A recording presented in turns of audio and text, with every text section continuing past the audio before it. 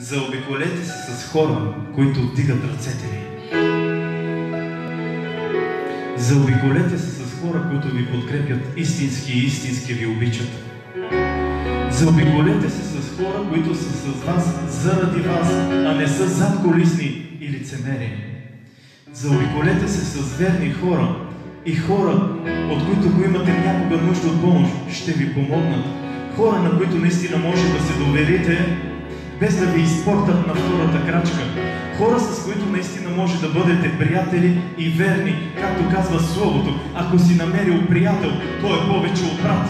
Ние сме братя и сестри, всички в Господа имаме плътски братя и сестри, но ако намерите истински приятел, той е повече от брат.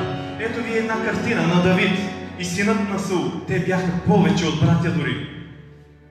Намерете хора, които ще издигат ръцете ви и няма да се притесняват от вървежа ви, няма да се притесняват от просперитета ви, няма да се притесняват от това, което сте и си издигате повече и повече и повече и повече. За тях е добре да застанат до вас и да дигат ръцете ви, независимо с какво се сблъскват те.